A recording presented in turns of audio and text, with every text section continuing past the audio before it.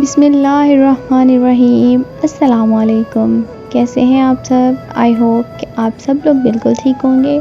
کسی گاؤں میں ایک شخص اپنی بیوی کے ساتھ رہتا تھا۔ وہ بہت زیادہ ایماندار اور نیک دل تھا۔ اس کی بیوی بھی بہت صابر اور شکر کرنے والی تھی۔ ان کے پاس ایک کھیت تھا۔ وہ اپنے کھیت میں سبزیاں اگاتے اور جیسے وہ سبزیاں بڑی ہو جاتی وہ بازار میں جا کر سبزیوں کو بیچ دیتے اور جتنا بھی ان کو ملتا صبر شکر کر کے گزارا کرتے۔ ان کے پاس ایک گھوڑا تھا جو بہت ہی اعلیٰ نسل کا تھا، بہت ہی پیارا تھا، بہت ہی نایاب تھا۔ وہ دونوں میاں بیوی اپنے گھوڑے سے بہت پیار کرتے تھے۔ اب بہت سارے لوگوں نے، بڑے بڑے تاجروں نے، بڑے بڑے لوگوں نے اس گھوڑے کو خریدنا چاہا، لیکن ان دونوں میاں بیوی نے وہ گھوڑا نہ بیچا۔ یہاں تک کہ اس ریاست کے بادشاہ نے بھی وہ گھوڑا خریدنا چاہا، لیکن اس شخص نے وہ گھوڑا نہ بیچا اور یہ کہہ کر انکار کر دیا کہ یہ گھوڑا بچپن سے میرے ساتھ ہے، میں اس کو بچپن سے پال رہا ہوں، میں اس سے بہت پیار کرتا ہوں، مجھے اس سے بہت لگاؤ ہے، اس لیے میں یہ گھوڑا نہیں بیچ سکتا۔ بادشاہ نے کہا کہ تم اس گھوڑے کی جتنی چاہی قیمت لے لو، منہ مانگی قیمت میں تمہیں دینے کے لیے تیار ہوں، لیکن یہ گھوڑا مجھے دے دو۔ پر اس شخص نے یہ گھوڑا نہ بیچا۔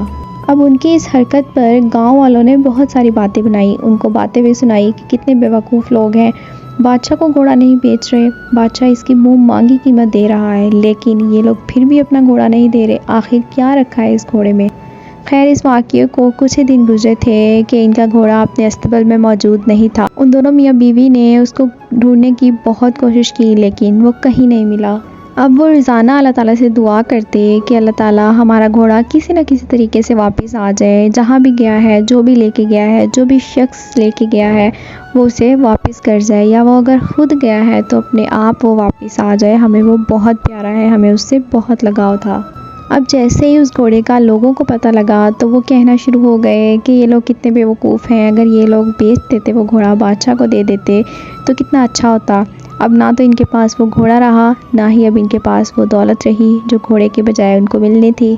خیر، اس کی بیوی نے ان کی باتوں پر توجہ نہیں دی، کیونکہ لوگوں کا تو کام ہے باتیں کرنا، ان کو تو کوئی نہ کوئی بہانہ چاہیے آپ کے بارے میں کچھ نہ کچھ کہنے کا۔ اس لیے ان دونوں میاں بیوی نے لوگوں کی باتوں پر کوئی توجہ نہیں دی۔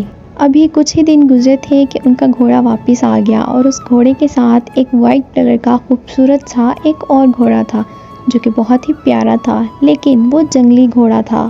یہ دیکھ کر وہ دونوں میاں بیوی بہت خوش ہوئے۔ جب لوگوں کو اس بارے میں پتہ چلا تو وہ بھی کہنے لگے، یہ گھوڑا اپنے ساتھ خوش قسمتی لے کر آیا ہے، یہ گھوڑا تو ان کے لیے خوش قسمت ثابت ہوا ہے جو کہ اپنے ساتھ ایک اور گھوڑا لے کر آ گیا ہے۔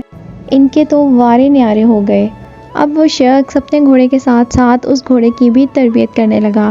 چونکہ وہ گھوڑا جنگلی تھا، اس لیے ایک دن جنگل میں اس کی سواری کرتے ہوئے وہ شخص اس گھوڑے سے نیچے گرا اور اس کی ہڈی ٹوٹ گئی۔ اب دوبارہ سے گاؤں والوں نے ان کو باتیں سنانا شروع کر دی کہ یہ گھوڑا تم لوگوں کے لیے تو بدقسمت ثابت ہو گیا، دیکھو کس طرح تم لوگوں پر مصیبت آ گئی۔ لیکن انہوں نے اس پر بھی کوئی جواب نہ دیا اور خاموشی اختیار کی اور یہ کہہ کر چپ ہو گئے کہ ہمارے لیے اس میں کوئی بہتری ہوگی۔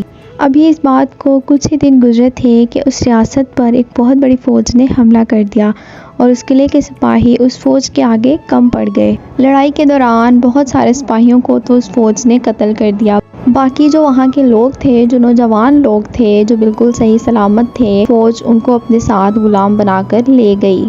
اب کیونکہ اس شخص کو چوٹ آئی تھی، وہ اپنے گھر پر ہی موجود تھا اور وہ ایک بہت بڑی آزمائش سے بچ گیا۔ اس پر ان دونوں میاں بیوی نے اللہ تعالیٰ کا شکر ادا کیا اور اب گاؤں والوں کو بھی یہ بات سمجھ آ گئی تھی کہ بلا وجہ کسی کے بارے میں بات نہیں کرنی چاہیے، جو بھی ہوتا ہے اللہ تعالیٰ کی مرضی سے ہوتا ہے، اس لیے ہمیں کوئی حق نہیں بنتا کہ ہم کسی اور کے بارے میں اپنی رائے دیں۔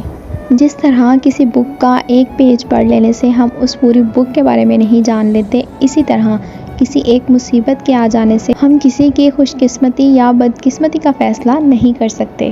یہ تو صرف ایک کہانی تھی، لیکن آج کل کے دور میں بھی یہی سب کچھ ہو رہا ہے۔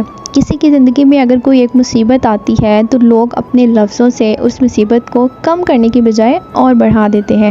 اگر آپ کسی کی مصیبت کو کم نہیں کر سکتے تو اس کی مصیبت کو، اس کے مسئلے کو، اس کے پرابلمز کو، جو بھی اس کی لائف میں چل رہا ہے، اس کو اپنے لفظوں سے، ایٹ لیسٹ اپنی باتوں سے بڑھائیں بھی مت۔ اس لیے اپنی زندگی میں خود بھی خوش رہیں اور دوسروں کو بھی خوش رہنے دیں، اور مسکرانا تو ویسے بھی ایک اچھی عادت ہے اور ایک صدقہ جاریہ بھی ہے۔ اگر آپ کسی کو دیکھ کے مسکراتے ہیں تو یہ بھی ایک صدقہ ہے، کچھ نہیں دے سکتے، اگر کسی کو کچھ نہیں دے سکتے تو آپ اپنی ایک مسکراہٹ دے دیں، یہ بھی بہت سارے لوگوں کی پریشانیوں کو کم کر سکتی ہے۔ یہاں پر ہم اپنی ویڈیو کو اینڈ کرتے ہیں۔ میں امید کرتی ہوں کہ آپ کو میری ویڈیو پسند آئی ہوگی۔ ہنستے رہیں، مسکراتے رہیں۔ میں ہر ویڈیو میں کہتی ہوں کہ ہنستے رہیں، مسکراتے رہیں، تو اس کا مطلب ہے کہ آپ خود بھی خوش رہیں اور دوسروں کو بھی خوش رکھیں۔